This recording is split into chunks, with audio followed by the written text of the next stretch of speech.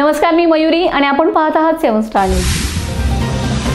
सध्याच्या राजकारणामध्ये फुले, शाहू, आंबेडकर हे फक्त भाषणापुरते उरले असून महाराष्ट्र राज्य पुरोगामी आहे असं म्हटलं जातं। मात्र हे थोतांड असून राज्यात प्रचंड जातीयवाद भरला असल्याची टीका करत याबाबत आता आपल्याला काम करून ही परिस्थिती बदलावी लागेल असा इशारा आमदार गोपीचंद पडळकर यांनी आटपाडी येथे आयोजित कार्यक्रमात दिलाय।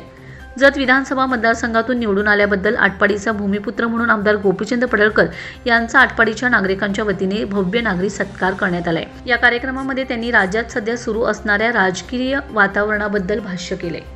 यावेळी बोलताना त्यांनी महायुती म्हणून शासनाने राबवलेल्या विविध योजना व 18 पगड जाती जमातीच्या उभारण्यात आलेली महामंडळे, विद्यार्थ्यांच्यासाठी असणाऱ्या योजना याबाबत माहिती दिली।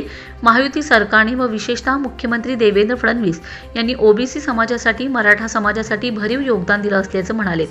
मुख्यमंत्री देवेंद्र फडणवीस यांच्याकडे मी मागणी केली, सत्तेचे व संस्थेचे विकेंद्रीकरण जोपर्यंत होत नाही तोपर्यंत सर्व समाजाला न्याय मिळणार नाही। त्यासाठी काम करावे लागणार आहे। त्याचबरोबर अन्य उपेक्षित समाजातील विद्यार्थ्यांसाठी विविध संस्था स्थापन करण्याची मागणी शासनाकडे करणार असल्याचे सांगितले।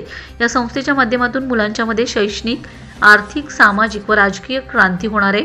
संपूर्ण राज्यात आपल्याला काम करायचे आहे। सर्व समाजातील घटकांना न्याय मिळवून देण्यासह पालात राहणाऱ्या नागरिकांच्यासाठी काम करणार असल्याचं प्रतिपादन केले। Bureau report 7 star news.